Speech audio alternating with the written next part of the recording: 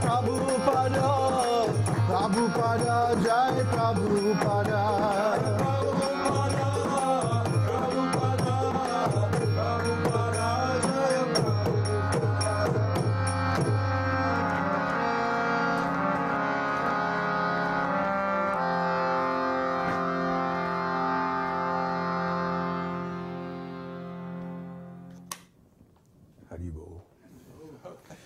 Vishnu John Styler.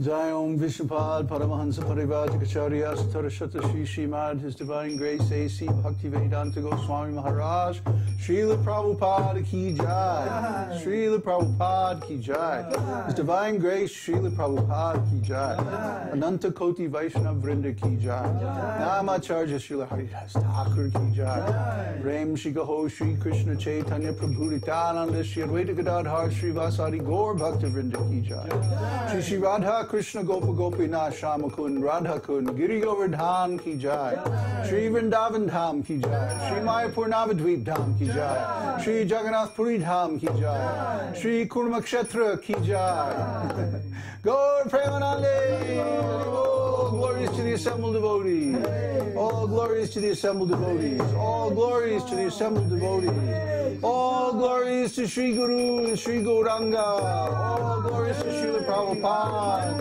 Harinam Sankirtana Ki Jai. All glories to Baba Ki.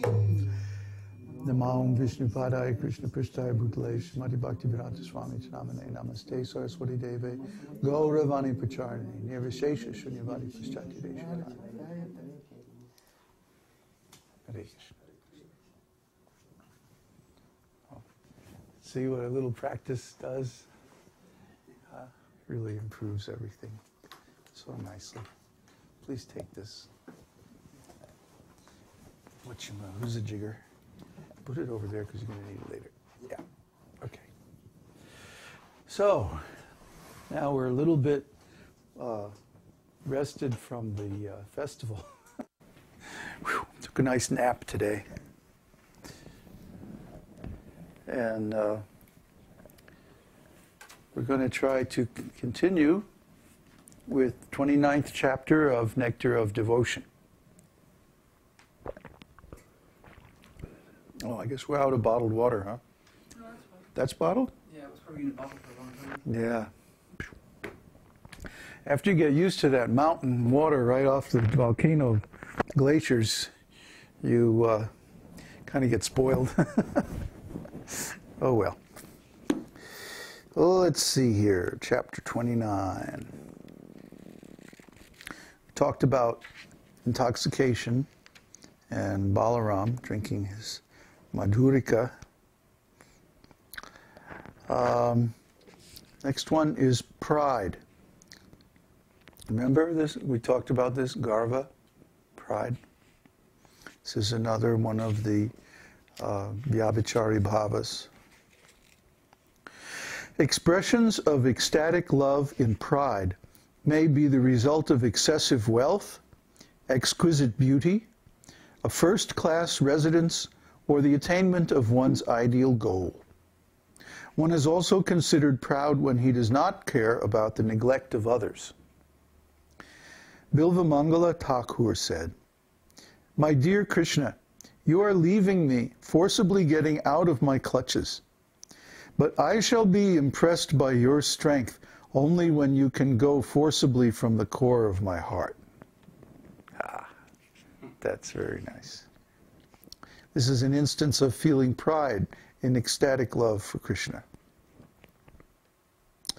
Once during the Rasa dance, when Radharani left the arena and Kṛṣṇa went to seek her out, one of the dear friends of Radharani addressed Kṛṣṇa thus: "My dear Kṛṣṇa, you have been very much obliging in serving the form of our Sri Radharani, and now you have left all the other gopis to search for her.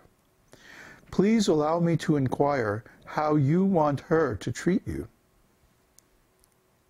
This is an instance of feeling pride on account of exquisite beauty. That's interesting. I bet that was Chandravali asking that. Huh? We don't know. They don't say who. But, he was being accused here of being preferential in his treatment of Srimati Radharani. But this other gopi was feeling very much proud of her beauty. And so she approached Kṛṣṇa and said, well, now you're going looking for Radharani. But what do you expect her to do? What is she going to do that we can't do for you? You understand? Sort of. I understood the different thing. Take the mic.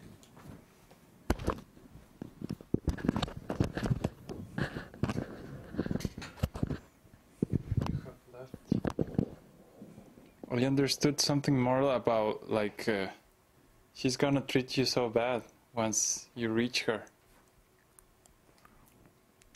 Well, yeah, that's the other side of it. Okay. Yeah.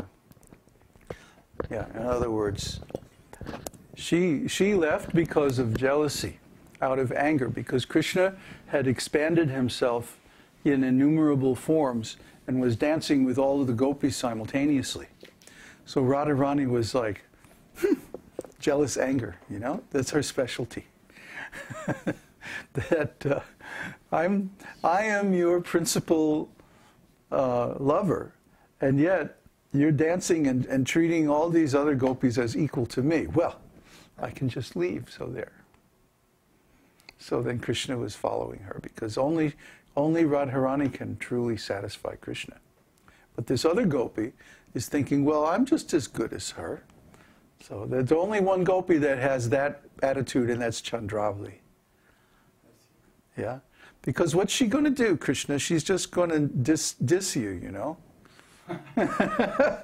Even if you find her, she's just going to reject you because you danced with us. So you might as well just stay with us, and we'll treat you right. Sometimes Radharani felt pride within herself and said, although the cowherd boys prepare nice flower garlands for Kṛṣṇa, when I present my garland to him, he becomes struck with wonder and immediately accepts it and puts it on his heart.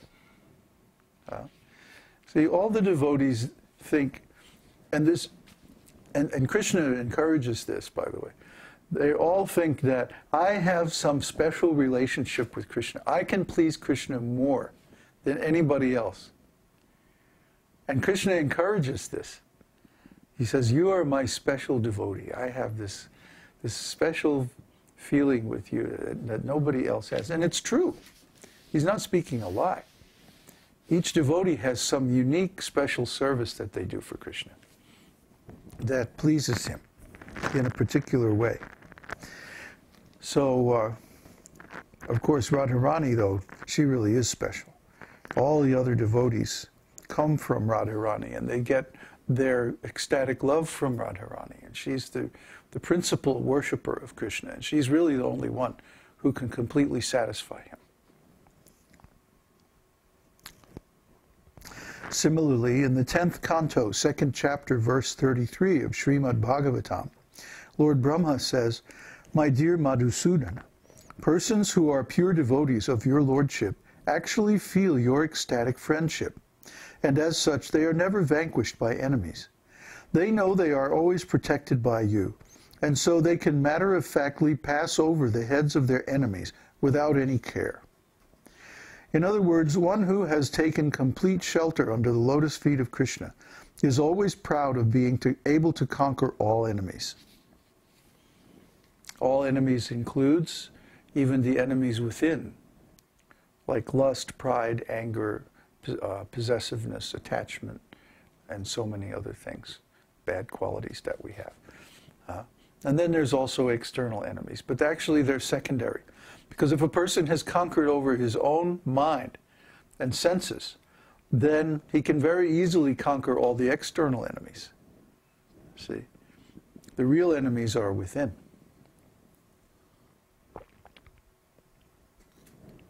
But Kṛṣṇa, because of his extraordinary attractiveness, attracts our minds so strongly that there's no problem.